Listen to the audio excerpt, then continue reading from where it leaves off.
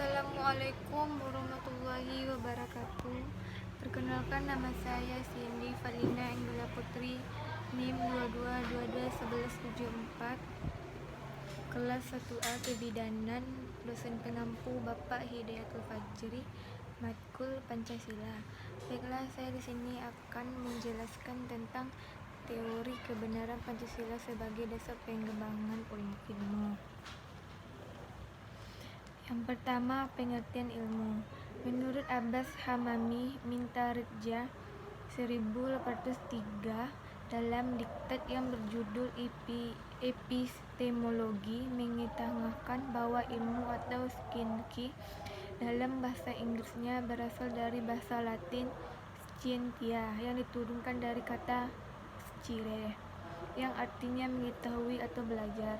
Istilah ilmu merupakan satu istilah yang mempunyai perwahyuan arti.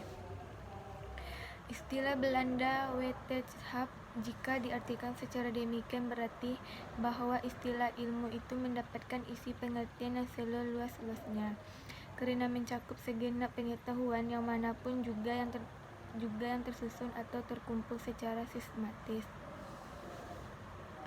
Dalam lingkup perbincangan kefilsafatan, sistem filsafat Pancasila harus memenuhi 3 teori kebenaran, yakni teori kebenaran koherensi, korespondensi, dan pragmatik, sehingga sistem filsafat Pancasila menjadi tangguh di hadapan sistem filsafat yang lain. Yang pertama, teori koherensi. Menurut Noto Nagoro atau 1975-19, Pancasila, dasar filsafat negara, merupakan satu kesatuan tersusun atas berbagai bagian, tetapi bagian itu tidak saling bertentangan.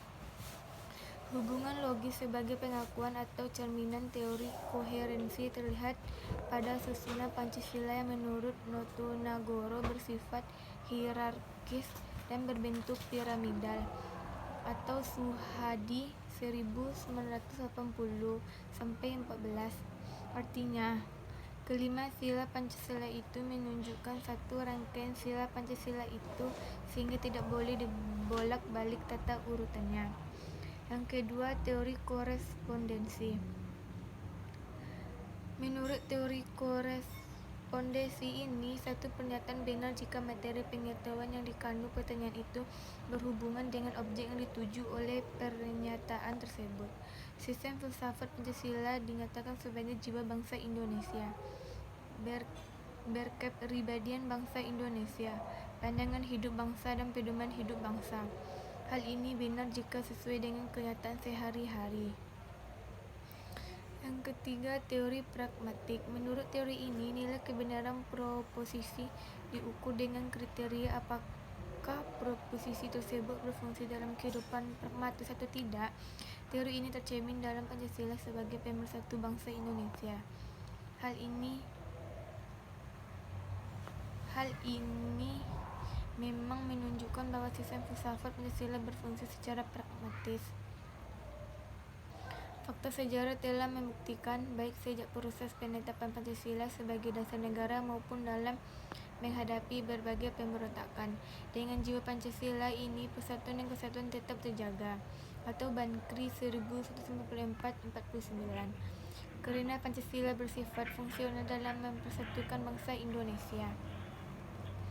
Pancasila sebagai asas persatuan dan kesatuan. Di dalam diri Pancasila juga mengandung persatuan dan kesatuan. Jika di dalam diri Pancasila mengandung 3 teori kebenaran, koherensi, korespondensi, dan pragmatik, maka konsekuensinya menurut Pancasila pernyataan atau proposisi benar jika runtut, konsisten, sesuai dengan kenyataan, dan sekaligus membawa kefaedahan.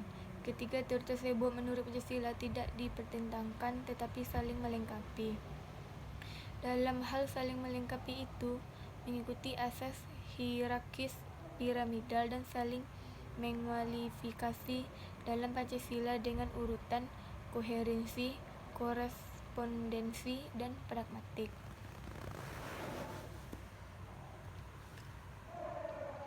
Hanya itulah materi yang dapat saya sampaikan. Kalau ada kata-kata saya mohon dimaafkan. Assalamualaikum warahmatullahi wabarakatuh.